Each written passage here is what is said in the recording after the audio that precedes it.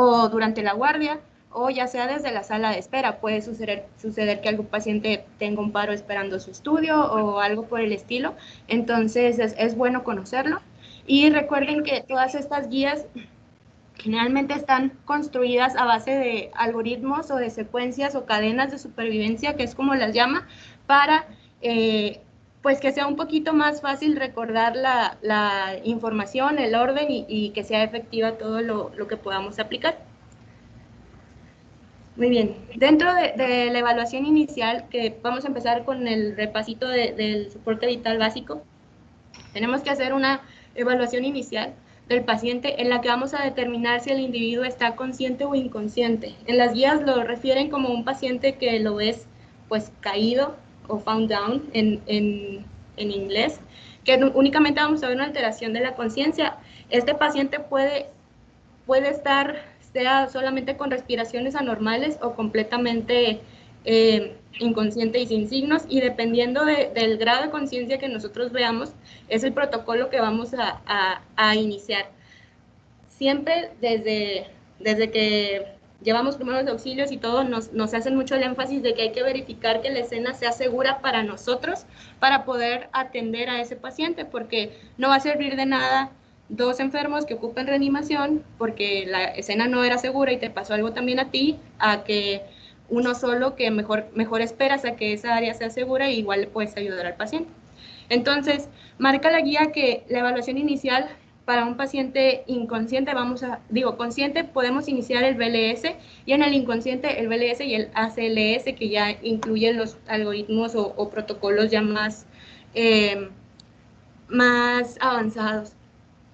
Dentro del soporte vital básico y los conceptos generales, si recordamos lo del inicio de la cadena de supervivencia, lo primero es reconocer los síntomas o ver al paciente e inmediatamente activar al sistema médico de emergencia, sea haciendo una llamada directa al 911, o si estamos aquí, pues pedir o nosotros mismos acudir con el equipo de respuesta rápida, que es algo que también vamos a revisar ahorita, y tú vas a iniciar tempranamente la reanimación cardiopulmonar.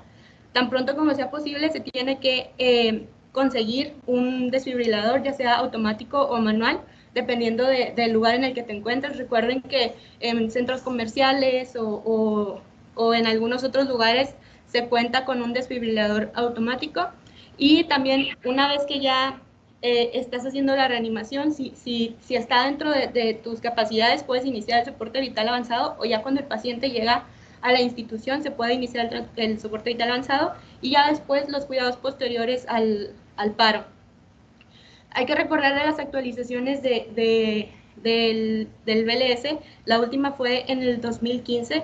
Si se acuerdan, a nosotros nos tocó saber que la secuencia de los pasos era ABC, dando prioridad a la vía aérea, la respiración, y por último a las compresiones. Esto fue en el 2010. En el 2015 esto cambia a CAB, en donde se le da prioridad a las compresiones, iniciar inmediato, después asegurar la vía aérea y por último las ventilaciones, ya que se ha demostrado que puede haber más posibilidad de que nuestro paciente sobreviva si tiene una adecuada perfusión con unas compresiones efectivas. Incluso con puras compresiones podemos ayudarle al paciente. También es importante que hay que continuar la reanimación mientras se inicia o se activa el sistema médico de emergencias. Esto puede ser que mientras tú estás dando compresiones, pues puedes dar la orden directa, o ahorita en estos tiempos, pues es fácil incluso estar dando compresiones mientras incluso con tu teléfono en altavoz pudieras estar activando el sistema médico de emergencias, etcétera. También siempre hace énfasis en que los rescatadores o los que vamos a dar la reanimación, que no estén entrenados, deben iniciar con RCP solo con compresiones bajo la dirección del sistema médico de emergencias. O sea, te pueden estar orientando por teléfono sobre qué es lo que tienes que hacer. La idea es siempre pedir ayuda. También nunca hay que descartar que la alteración de la conciencia sea por narcóticos. O sea, si en el paciente hay sospecha o se le administraron aquí en el hospital narcóticos, podemos administrar naloxona si el paciente todavía tiene pulso, esto para revertir el efecto de los narcóticos, pero si no tiene pulso, vamos a dar primero las compresiones y luego ya la naloxona. ¿Cómo vamos a saber lo de la alteración del estado de conciencia del paciente? Antes se recomendaba el ver al paciente, escucharlo y también pues que sienta, ¿no? O sea, como por el tacto, estimularlo para ver si obtenemos una respuesta. En este caso, ya no se recomienda de esta forma, ya que si inmediatamente nos vamos a ir a revisar el pulso, ya no vamos a dar tanta importancia a ver si el paciente está respirando, porque ya que si el paciente únicamente está boqueando, de todas formas vamos a iniciar la reanimación, porque esto le va a mejorar sus posibilidades de sobrevivir. Y también la meta son la administración de las compresiones tempranas y efectivas. También el tiempo en el que vamos a revisar el pulso es no más de 10 segundos y hace mucho énfasis en que si en 10 segundos tú no estás seguro de que el paciente no tiene pulso, seguramente es porque no tiene. Hay que recordar que pues es una situación estresante y que es una situación de la que a lo mejor vamos a tener mucha adrenalina y nos vamos a desconcentrar de saber si tiene o no tiene. Entonces, incluso dice que médicos expertos en el área de reanimación a veces dudan de si el paciente tiene o no. Si estás dudando, inicia compresiones. Y ahora, en cuanto a los conceptos generales que tenemos que recordar, es primero las compresiones efectivas. El ritmo tiene que ser de 100 a 120 compresiones por minuto. Sabemos que existen ciertas canciones que tienen como este ritmo que si las cantamos en nuestra cabeza, pues funcionan y es algo efectivo. La profundidad tiene que ser de 5 a 6 centímetros en los adultos y hay que permitir que el tórax se reexpanda completamente entre cada compresión, o sea, no descansar en el tórax del paciente cuando ya estás en la parte en la que se tiene que reexpandir el tórax para promover que se llene completo el corazón y que haya una correcta perfusión. También habla sobre que las interrupciones en las compresiones, incluyendo las pre y las post descarga, o sea, mientras dices que el paciente que pues nadie lo toque porque vas a dar una descarga, deben ser lo más cortas posibles y se tienen que reanudar inmediatamente. El radio de las compresiones y ventilaciones sigue siendo 30 compresiones por 2 ventilaciones para individuos que no tienen un manejo avanzado de la vía aérea, o sea, que no están intubados, sea que les estamos administrando las ventilaciones de salvamento, las ventilaciones sea boca a boca, con mascarilla o con un ambú. Pero si tenemos una intubación o tenemos una mascarilla laringea ya colocada en el paciente, las ventilaciones son continuas durante las compresiones en una frecuencia de 1 cada 6 segundos. Y si el paciente sabemos que está en paro, hay que colocar rápido el desfibrilador para monitorear y ver si nos da un ritmo que sea desfibrilable. Y también hay que recordar que el vasopresor de elección durante toda la secuencia de reanimación va a ser la epinefrina en una dosis estándar de 1 miligramo cada 3 a 5 minutos. Y bueno, ahorita vamos a revisar un poquito más.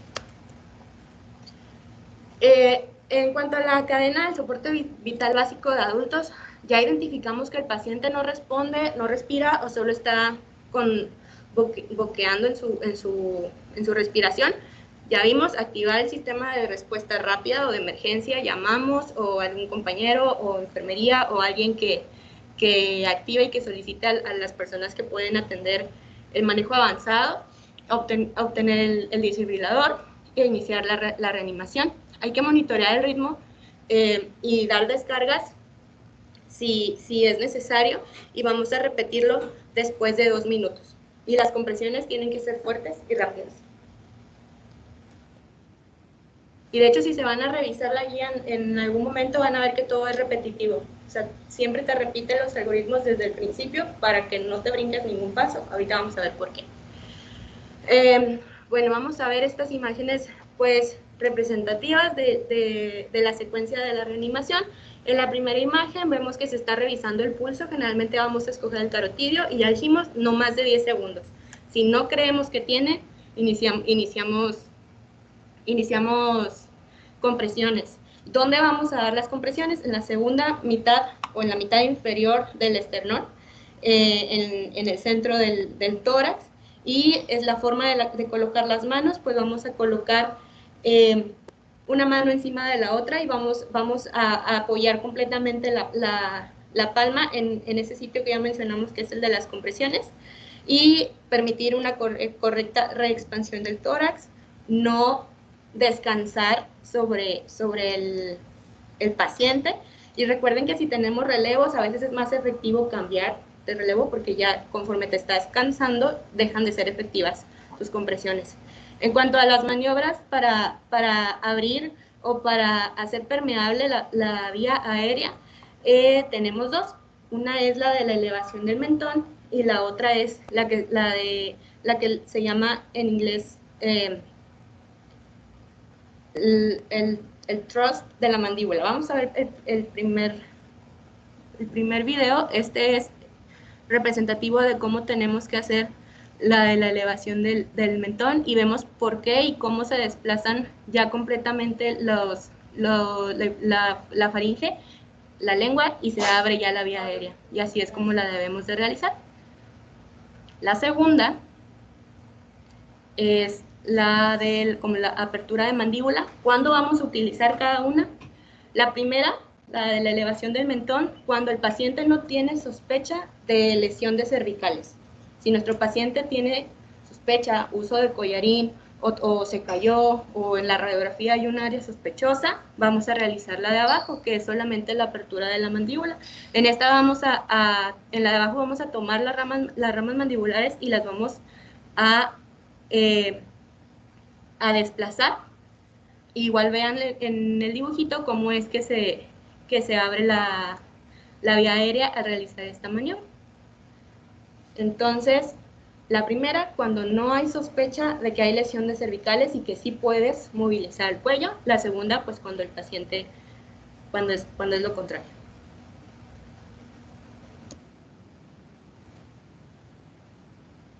Muy bien, y estos son los casos en cuestión de las ventilaciones. Recuerden que podemos tener una mascarilla en la que vamos a dar las ventilaciones pues boca a boca, pero a través de la mascarilla, y las otras es cuando contamos igual con una mascarilla y un ambú. Y igual, el ritmo sigue siendo el mismo. Con estos casos es igual 30 compresiones por 2 ventilaciones. Si tuviéramos una intubación orotraqueal o tuviéramos un manejo de la vía aérea avanzado como una mascarilla laringea, son continuas, una cada 6 segundos, y las compresiones también continuas. Ahora sí, vamos a ver muchos de estos cuadritos, muchos de estos algoritmos, porque así está construida la guía. Entonces, nuestro paciente no responde y tiene respiraciones anormales. Activamos servicio médico de emergencias, evaluamos el pulso, menos de 10 segundos, e iniciamos los ciclos de compresiones, 30 y 2 respiraciones. Aquí hay dos escenarios. Nuestro paciente tiene pulso presente, pero tiene una respiración anormal. Como tiene pulso, no amerita compresiones, pero vamos a dar las ventilaciones de salvamento, no sé si se acuerdan de ese término, y vamos a dar igual una cada 6 minutos, solo le vamos a dar como un soporte ventilatorio y evaluar el pulso cada 2 minutos. ¿Por qué? Porque si ya tiene una respiración anormal, probablemente en algún momento también vaya a caer en paro. Entonces tú cada 2 minutos lo estás evaluando para poder saber cuándo iniciar las compresiones, porque recuerden que también dar las compresiones puede ser traumático para el paciente. Entonces, y podríamos también, si las hacemos con demasiada fuerza, incluso dañar órganos internos del paciente. Y el otro, cuando la respiración cuando no respira o solo boquea, pero no podemos identificar un pulso, iniciamos las compresiones, obtenemos el desfibrilador, colocamos los patches, evaluamos el ritmo, si es desfibrilable o no. Si el desfibrilador nos dice que sí es desfibrilable, podemos administrar una descarga y vamos a reanudar la reanimación, las compresiones por 2 minutos, y luego vamos a volver a pedirle al desfibrilador que nos valore la frecuencia y el ritmo para ver si ya le podemos dar una descarga. Y después, si el ritmo no fue apto para darle una descarga, vamos a reanudar a reanudar las compresiones hasta que el paciente recupere su frecuencia, o sea, que tenga una recuperación espontánea del ritmo cardíaco, o hasta que llegue el personal que puede dar el manejo avanzado al paciente. Vamos a recordar un poquito de la fisiología del corazón manifestada en el electro, básicamente para poder abarcar todo lo de la clase. Solamente vamos a recordar que la onda P va a representar la contracción auricular. El intervalo PR va a ser el tiempo entre la contracción auricular y ventricular en lo que viajan los impulsos eléctricos. El QRS va a representar este complejo de la contracción ventricular, la onda T, la repolarización del ventrículo, y la repolarización auricular va a coincidir con el QRS, entonces no lo podemos completamente ver. Esto definitivamente hay que repasarlo y recordarlo. Ahorita vamos a ver nada más varias entidades, pero en la guía sí se incluyen manejos incluso para fibrilaciones, para el flóter auricular, para los bloqueos, etcétera, pero eso definitivamente para nosotros ya está fuera de nuestra competencia. Lo importante de nosotros tener bien claro y llevarnos de esta clase es hacer todos los pasos que nos corresponden para entregar al paciente lo más avanzado que se pueda en su reanimación y que tengamos todo bien documentado y qué le hemos hecho y qué le dimos, cuántas descargas, cuántas dosis de epinefrina le pusimos para que ya se lo puedan llevar a un monitoreo más avanzado o algo por el estilo. Entonces vamos a empezar con la encuesta, el algoritmo o el survey, como viene en la guía de la CLS. Aquí cambia. Aquí sí vamos a irnos ABCD en lugar de CAB. Aquí ya estamos entrando a las cosas del avanzado. La A va a representar el manejo de la vía aérea o mantener la vía aérea en un paciente inconsciente. Lo importante aquí es considerar ya el ponerle una vía aérea avanzada. Ahorita vamos a revisar cuáles son los dispositivos y también monitorear que esta vía aérea avanzada sea funcional mediante capnografía, mediante pulsoximetría, etc. En este caso, en cuestión de la A, es la vía aérea. Esto es muy dependiente del escenario del paciente. Si el paciente tuvo traumatismo facial, si el paciente está creando muchas secreciones, si su vía aérea está en peligro, por más compresiones que nosotros le demos, no va a subir esa saturación, entonces ahí ya amerita un manejo avanzado de la vía aérea. Vamos a dar oxígeno al 100%, mantenerlo así, evaluar que la ventilación sea efectiva y no sobreventilar, porque recuerden que podemos crear alteraciones pues metabólicas. Y en cuestión de la C, ya se refiere ahora sí a todo lo correspondiente al corazón, evaluar el ritmo, el pulso, desfibrilar, o si tiene alguna arritmia, realizar alguna cardioversión. También obtener accesos periféricos o centrales, dependiendo del caso del paciente, y administrar fluidos para recuperar la presión si es necesario, y aún así también dar medicamentos específicos para el ritmo en caso de que aparte tenga alguna arritmia. También la D representa el identificar las causas reversibles que pudieran salvar al paciente de su situación de paro, como cuáles, pues pudiera ser que aparte de que cayó en paro porque tiene un tamponamiento cardíaco, o porque tiene algún hemotórax a tensión, o porque tiene algún hemotórax que está desviando mediastino, etcétera, que es lo que causó el paro, que si resuelves eso, vuelve a poder contraerse el corazón y recupera frecuencia. Y también evaluar cuándo dar descarga y cuándo mejor es administrar medicamentos.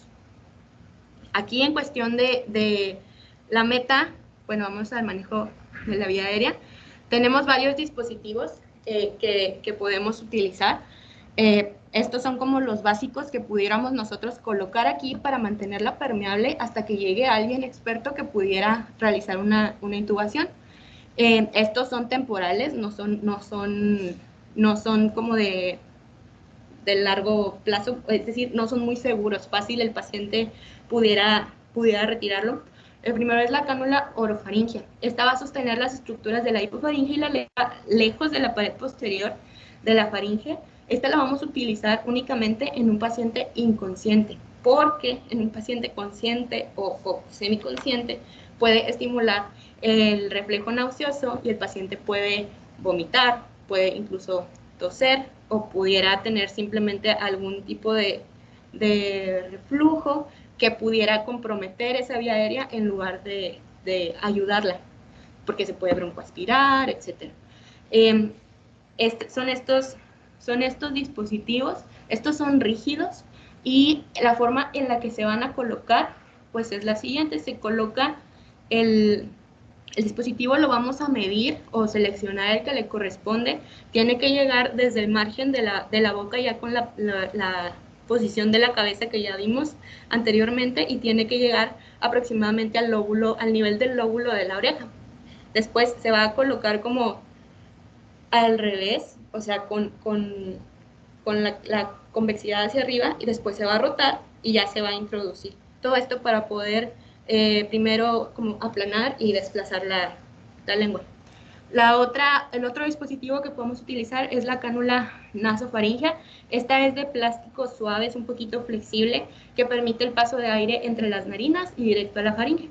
Este lo vamos a utilizar en un paciente consciente o semiconsciente, ya que este no va a estimular su reflejo nauseoso al momento de la colocación, y la única contraindicación es que no lo debemos colocar si hay epistaxis o alguna fractura muy evidente en la región de la nariz.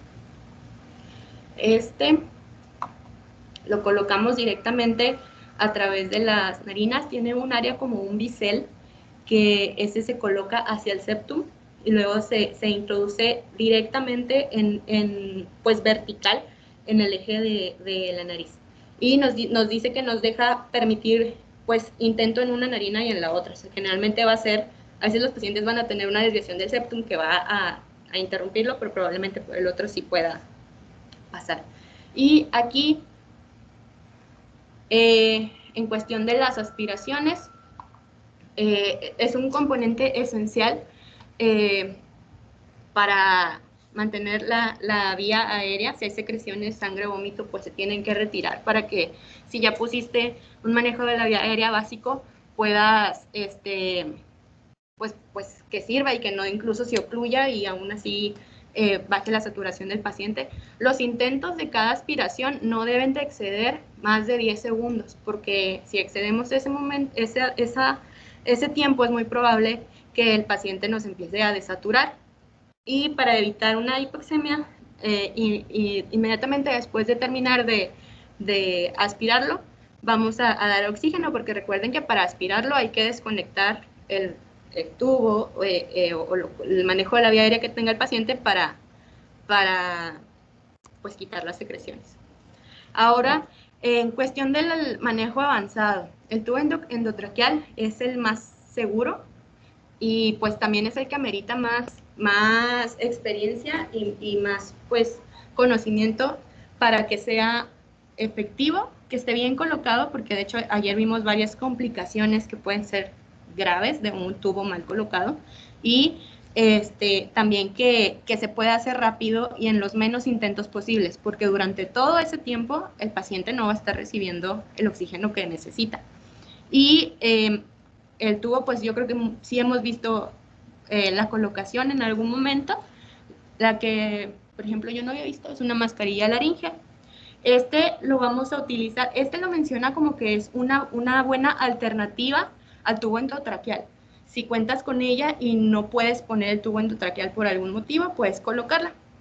Se inserta directamente guiado con la mano hacia la faringe y hacia la laringe, perdón, y después se va a inflar como un globito, que es lo que va a hacer el sello, y lo que va a hacer esto es que va a desplazar y va a tapar el esófago y va a caer directamente y anterior el flujo de aire hacia la vía aérea.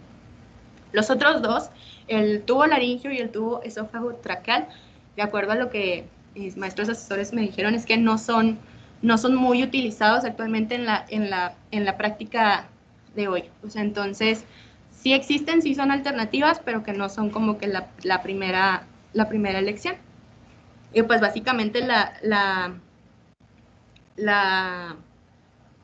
el propósito de todos pues es el mismo. Y también recordar esto, si ya vemos que el paciente, por ejemplo, que nuestro paciente bajó de piso y ya traía un tubo endotraqueal, si vamos a administrar compresiones, las compresiones para las ventilaciones van a ser continuas, una cada 6 segundos, al mismo tiempo que las compresiones. Y aquí, si se acuerdan, mencionamos que cuando es adecuado poner una vía aérea avanzada, cuando, a pesar de que estás dando las compresiones y a pesar de que estás dando las ventilaciones, sea con ambú, sea con mascarilla, sea boca a boca, tu paciente no recupera la saturación, hay que poner un manejo de la vía aérea avanzada, si tiene fracturas faciales o si tiene muchas secreciones y riesgo de que se broncoaspire. Hay que colocar rutas de acceso también durante la reanimación. La preferida es la intravenosa, que es un acceso periférico, accesible y que pues la mayoría de los médicos o enfermeras son capaces de poner. Y en este lugar favorito también es que sea en el pliegue antecubital. Y si vamos a administrar medicamentos, se tiene que pasar en bolo, hay que purgar con 20 milímetros de solución salina y elevar la extremidad de 10 a 20 segundos para favorecer la circulación del medicamento.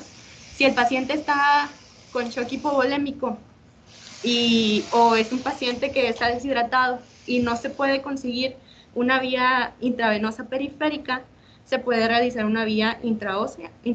Generalmente se coloca en las extremidades inferiores, en la región anterior de la tibia, para todas las edades, y también lo menciona como un acceso rápido de colocar y igual de efectivo.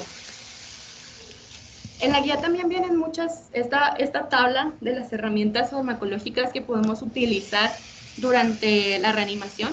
De estas, pues nos menciona los fármacos. Aquí nos vamos a casar con que la epinefrina es el precedor de elección durante la reanimación que vamos a realizar nosotros.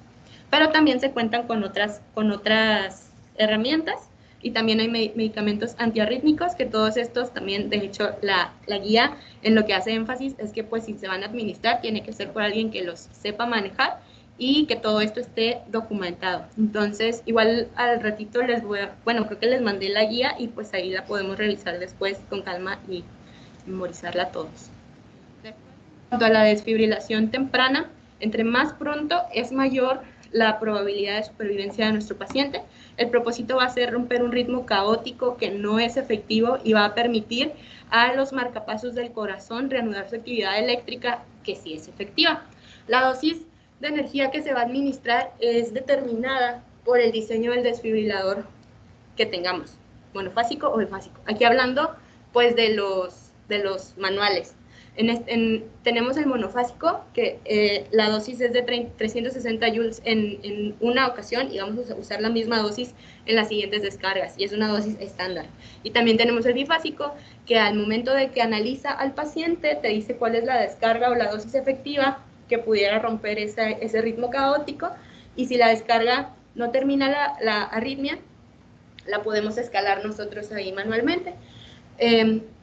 Si recordamos, ya lo mencionamos, se da RCP por 2 minutos, que son aproximadamente 5 ciclos de 30 por 2, y luego le pedimos que nos analice para ver si ya nos da un ritmo que podamos desfibrilar.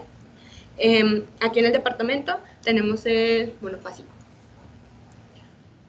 En cuestión de la organización o para que funcione bien toda esta cadena, nos habla de sistemas de cuidado, como sistemas de cuidado o equipos de cuidado, que todos se manejan con el mismo propósito, que es la cadena de supervivencia, en este caso pues de los adultos. El primer eslabón, y también hace mucho énfasis en esta parte, que nos dice que todas las cadenas son tan fuertes como su eslabón más débil. Entonces, si todos estos, si cada eslabón o cada parte de la reanimación se hace correctamente, va a ser una reanimación exitosa. Y si uno falla, pues puede condicionar que todo el esfuerzo pues no sirva. Lo primero es reconocer y activar los síntomas, iniciar la RCP temprana, desfibrilar, después el soporte vital avanzado y luego los cuidados postparo. Aquí ya vamos a entrar un poquito a las situaciones específicas. La primera, aquí también les voy a presentar las dos cadenas de supervivencia que vamos a revisar al último de los casos específicos. La primera es la del síndrome coronario agudo. En esta igual vamos a reconocer los síntomas. En esta, si se fijan, va desde la persona que lo identifica, que activa el sistema de emergencia y que también pues al sistema de emergencia, o sea, por ejemplo, la ambulancia que va a trasladar ese paciente o nosotros que vamos a llevar ese paciente de aquí a la sala de urgencias, pues estás dando ya un manejo prehospitalario porque es durante su traslado. También ya después los cuidados correspondientes al departamento de emergencias, que ya es desde que la interconsulta con el especialista adecuado, la valoración con el electro, con todas esas cosas. Ya después, dependiendo de lo que sea adecuado para nuestro paciente, vemos la terapéutica que va a necesitar ese paciente y ya por último los cuidados post-infarto. Todo esto tiene como propósito reducir la necrosis del miocardio para preservar la función cardíaca, tratar también las complicaciones, o sea, que se presente una fibrilación ventricular, una taquicardia ventricular o algún shock, o prevenir también los eventos cardíacos pues masivos o mayores. Y aquí tenemos ahora con los EBCs, que son las dos entidades que les digo que vamos a revisar. Lo primero también, reconocer los síntomas, dar aquí es más importante y se le va a hacer más énfasis al tiempo, se van a dar cuenta, porque pues conforme pasa el tiempo, el tejido pues, del cerebro va a estar sufriendo y va a ir aumentando el área de isquemia, cuando puede ser solamente un área pequeña la que se daña. El transporte y la notificación del stroke también es importante porque para que quien vaya a recibir ese paciente esté esperando casi en la puerta al paciente y ya esté preparado para el interrogatorio, para la exploración neurológica, para que le pueda dar los cuidados adecuados al stroke y los post-stroke. Y las 8 Ds del manejo del stroke que menciona la guía, lo primero es la detección, signos y síntomas, el envío, o sea, la activación del sistema médico de emergencias, la entrega del paciente, que se haga una rápida identificación, un triage rápido y un manejo, que se lleve a un centro especializado, porque de nada va a servir que el paciente llegue a un centro que no tiene sala de manejo, a lo mejor endovascular, cuando sí es candidato, o no tiene un neurocirujano y es un EBC hemorrágico. Pues ya perdiste tiempo en el momento en el que tú decidiste llevarlo a un centro en el que no hay el médico que lo puede atender adecuadamente. Entonces esto es importante, las decisiones se hacen desde el traslado del paciente. La evaluación y el manejo en urgencias, pues también ya lo mencionamos. La selección de la terapia dependiendo del tiempo de evolución, del tipo de EBC, etcétera, y determinar el medicamento que se le va a dar o el tratamiento, y ya por último pues que entre a la unidad adecuada para su cuidado. Aquí esto es lo que les hablaba del equipo de respuesta rápida. Tiene que haber un equipo conformado por una persona entrenada que sea el líder y que todas las personas que están en ese equipo sepan hacer bien su trabajo para que la reanimación sea armónica, efectiva y pues rápida también. Y en este caso, ¿para qué pacientes aplicaría que llamemos a este equipo de respuesta rápida? Pues que haya un compromiso de la vía aérea o que el paciente empiece con disnea, la alteración del estado de alerta, que presente una bradicardia o una taquicardia. O sea, por ejemplo, si nosotros tenemos un paciente, por ejemplo, en una biopsia, en un PET, y nos empieza a hacer una bradicardia, que es donde tenemos a los pacientes monitorizados y nos podemos dar cuenta, ahí le tendríamos que hablar a este equipo. Que el paciente presente convulsiones o que presente hipotensión o una hipertensión sintomática o una disminución de la diuresis súbita e importante que represente pues ahí alguna falla ya orgánica. El líder del equipo tiene que ser la persona que pues organice a todos, que monitoree el desempeño de todos, que pueda realizar todas las tareas en caso de que alguno del equipo esté fallando, que los dirija y que proveer la retroalimentación, sea positiva, sea negativa, de qué se puede mejorar posterior a la reanimación que se realizó. Y cada miembro del equipo pues entiende su rol, puede realizar su tarea perfectamente y entiende todas las secuencias de la CLS, y también pues eso, que está comprometido con el éxito del equipo, sea el paciente que sea. Y es esto, que tiene que ser estructurado, porque solamente el 20% de los individuos que tienen un ataque pues cardíaco dentro del hospital van a sobrevivir. Entonces nosotros vamos a poder alcanzar esta estadística o mejorarla si se cuenta con el equipo que lo pueda atender rápido. Ahora vamos a ver los casos específicos de los dos ritmos que se van a poder aplicar descarga, que son la fibrilación ventricular y la taquicardia ventricular sin pulso.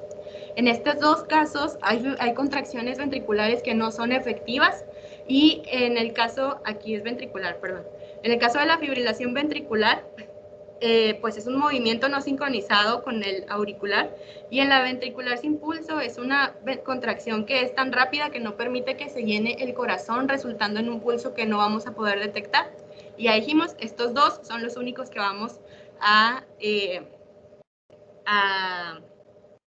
dar contracciones, descargas. En cuanto a las características del electro de cada uno de estos, pues estas son las dos tiritas del electro que tenemos que saber identificar rápido para poder aplicar la descarga rápida. En estos casos, en la fibrilación ventricular no hay una regularidad en la forma del complejo, porque es una actividad eléctrica que no está organizada. El ritmo parece rápido, pero o más bien la frecuencia parece rápida, pero la actividad eléctrica no es un bombeo efectivo. No hay ondas P, no hay intervalos PR, y el complejo QRS va a variar. Y en la taquicardia ventricular sin pulso, los intervalos de onda R usualmente, pero no siempre regulares, o sea, sí los vamos a poder identificar como que están presentes. El ritmo auricular no lo vamos a poder determinar, porque usualmente igual no va a haber ondas P, y el ritmo ventricular va a estar entre 150 a 250 latidos por minuto. En la onda P, los complejos QRS no van a estar precedidos como en un ritmo sinusal por una onda P, y el intervalo PR tampoco lo podemos medir. Entonces estas dos son las imágenes que tenemos que recordar para poderlos identificar. Y si durante una reanimación colocamos el desfibrilador y vemos estos dos tipos de ritmo, podemos administrar descarga. Las causas reversibles de paro cardíaco que ya habíamos mencionado, nos maneja una mnemotecnia como que son las H y las T. Dentro de las H tenemos una hipovolemia, una hipoxia, una acidosis, una hipo o una hipercalcemia y una hipotermia. Y dentro de las T, una motoraxatensión, un tamponamiento cardíaco, que sea por toxinas o por medicamentos, una trombosis, sea coronaria o pulmonar, y pues que sea por trauma. Y también este es el otro, que aunque parezca muy fácil, tenemos que poder identificar y siempre recordar que hay que verificar que no sea por un error técnico, o sea, que esos electrodos no estén mal colocados y que demos por hecho que el paciente pues no tiene frecuencia. En este caso son la actividad eléctrica sin pulso y la asistolia.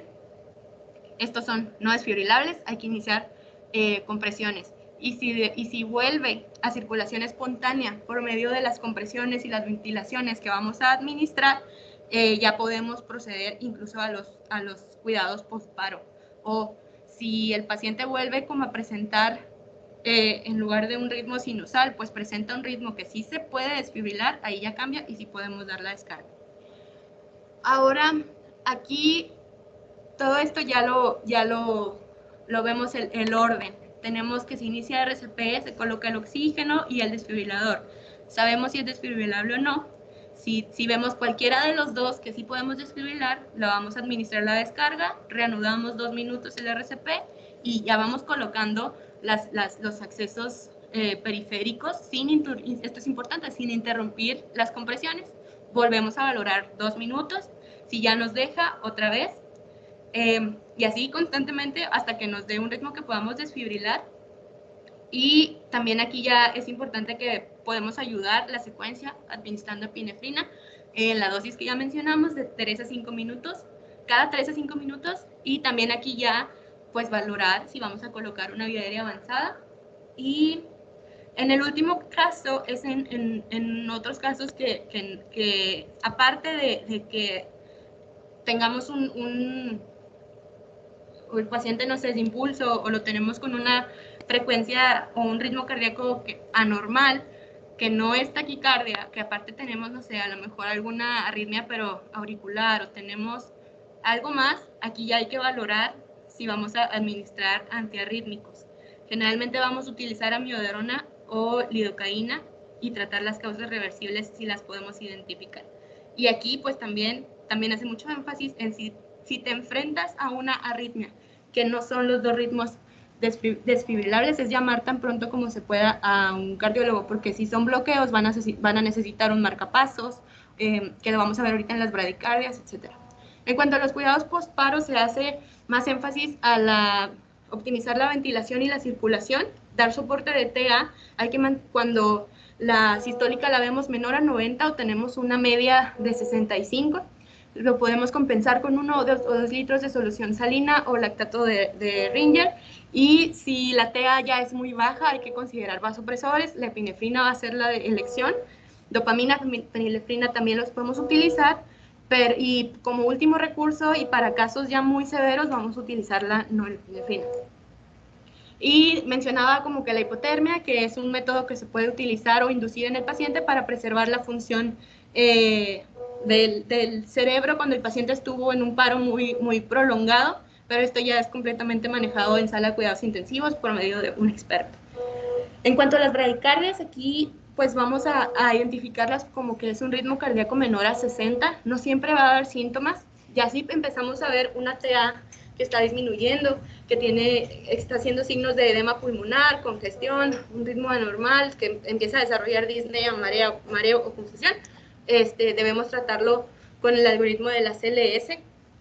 Y esto lo que ya les mencionaba, si ocurre una arritmia, es inmediata también la interconsulta con cardio. En estos casos se van a dar cuenta ahorita en este y en el de la taquicardia también sintomática, que esto prácticamente es siempre vía aérea, administrar oxígeno, monitorear esa frecuencia para identificar también si nuestro paciente va a caer en paro e iniciar compresiones, colocar las vías y realizar el electro. Si persiste la bradicardia y nos está dando síntomas, podemos administrar atropina, y si no es efectiva, pues ya va a necesitar un marcapasos que sea transcutáneo, o podemos dar una infusión con dopamina o epinefrina, que es el que más tenemos que recordar, y pues siempre referirlo, o principalmente por si ocupa urgente la colocación de un marcapasos. Y si no persiste la bradicardia, si se resolvió con las medidas del monitoreo de la TA, del oxígeno, pues podemos mandarlo directamente a observación. Estos son los otros tipos de bradicardias a los que nos podemos enfrentar, que son los que les digo que preferentemente tenemos que llamar a cardio. Y pues la bradicardia sinusal, pues es monitoreo. En cuestión de la taquicardia, más de 100 latidos por minuto, también no siempre va a ser sintomática, pero sí hay que monitorizarla muy estrechamente, porque incluso las arterias coronarias van a recibir menos sangre y pues va a haber también riesgo incluso de isquemia. Y aquí los ventrículos van a ser incapaces de llenarse completamente, por lo tanto no va a haber una perfusión a todo el cuerpo. Aquí también hay que determinar si la taquicardia es estable o inestable, y la frecuencia, cuando es mayor a 150 latidos por minuto, generalmente siempre es sintomática. Y pues aquí los síntomas van a ser hipotensión, diaforesis, congestión, distensión de los yugulares, dolor torácico, mareo o alteración del estado de alerta. Si se fijaron, casi los mismos que la bradicardia. Y aquí igual, si se acuerdan, el evaluar signos y síntomas, valorar la frecuencia, ya vimos que en el segmento de identificar y tratar las causas, que es el primer cuadrito rojo, vemos que son los mismos pasos de la bradicardia, o sea, es parte de la cadena que tenemos que ir realizando. Y si vemos que esta persiste, hay que igual determinar la causa. Si podemos revertir la causa, se realiza. Y aquí hay dos escenarios. Si sí está causando todos estos síntomas, hacemos una cardioversión sincronizada. Si no, solamente vamos a considerar adenosina y valorar también si es una que tenga el complejo QRS que esté ancho, o sea, que mida mayor a 0.12 segundos, podemos intentar revertirla con maniobras vagales o ya pues administrar los antiarrítmicos o los reguladores de la frecuencia. Ante un síndrome coronario agudo, igual lo primero es activar al sistema médico de emergencias. El primer paso va a ser administrar oxígeno. Ahí vamos a dar 4 litros por minuto con cánulas nasales o las puntillas nasales e irlo titulando como el paciente lo necesite.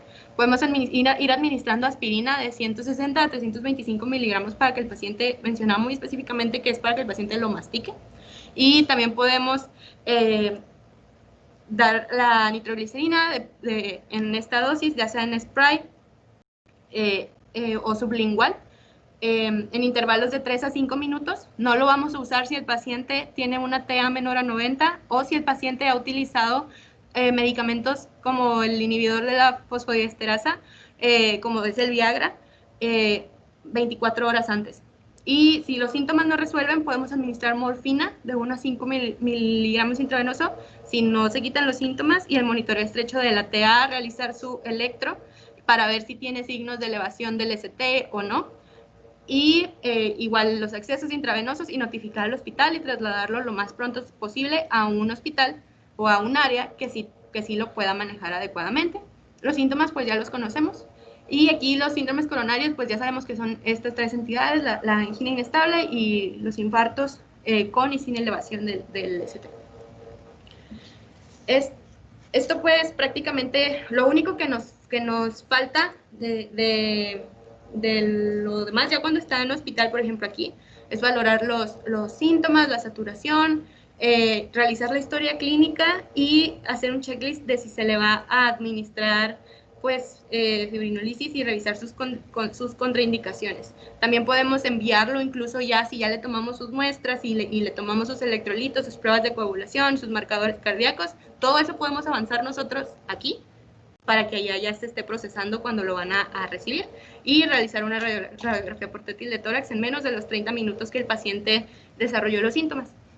Aquí, como ya vimos, el EBC, el tiempo es lo de mayor importancia, ahorita lo vamos a revisar. En nuestra población el isquémico pues es de los más frecuentes, y también el hemorrágico por hipertensión, que todo eso lo vamos a ir descartando y anotando en la historia clínica que se le realice ya sea al paciente o a los familiares. En este caso los síntomas también pues ya los sabemos identificar. Aquí la cadena pues cambia. Tenemos que primero igual administrar el oxígeno al 100% e irlo titulando como sea necesario. Tenemos que realizar una prueba de la glucosa y detectar aquí en el segundo paso, si se fijan es luego, porque una hipoglucemia muy severa en un paciente puede simular un EBC, y el manejo pues, o a quién se lo vas a mandar es diferente.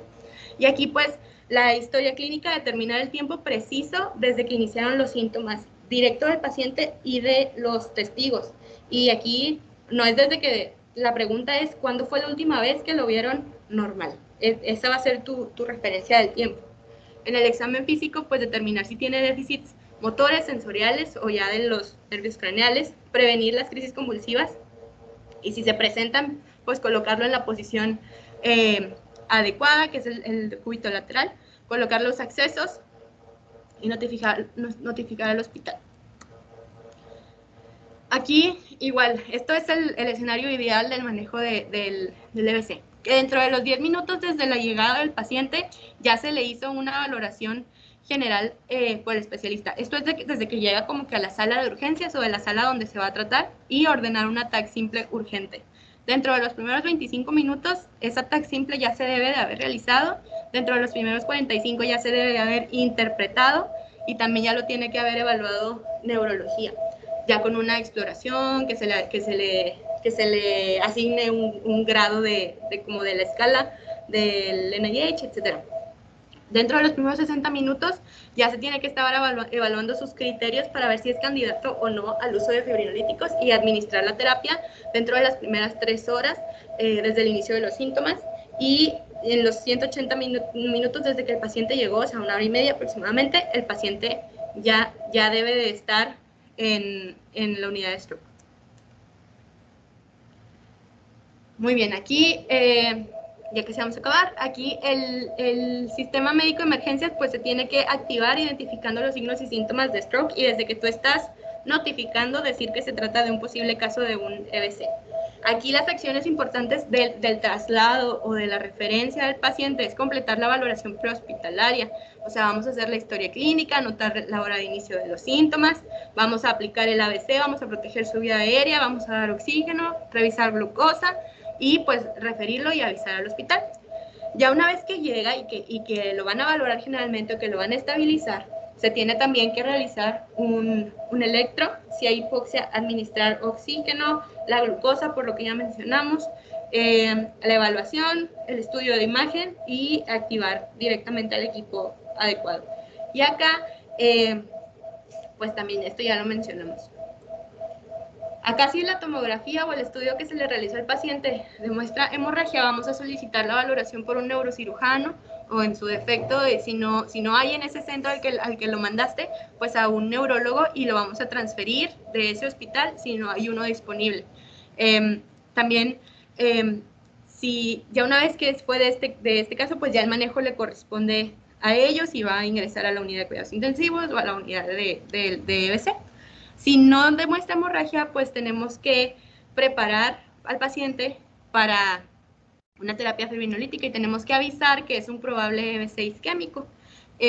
También aquí vamos a reevaluar para ver si sube en las escalas del déficit neurológico o si tiene deterioro y vamos a interrogar por las exclusiones de fibrinolisis, que estas hay exclusiones absolutas, que es que el paciente haya tenido trauma cráneoencefálico en los últimos 3 meses, que haya tenido un stroke en los últimos 3 meses, que tenga o que presente también hemorragia subaracnoidea, que haya presentado, que en los últimos 7 días se le haya realizado una punción arterial, eso también es una exclusión y no se le puede dar fibrinolisis, que tenga un sangrado activo en alguna otra región del cuerpo que pudiera poner en riesgo su vida, o que en los últimos 2 días haya recibido heparina, que tenga un INR elevado, que tenga hipoglucemia, o que el infarto cerebral sea muy amplio porque por el riesgo de transformación hemorrágica y pues una cuenta de plaquetas menor a 100,000.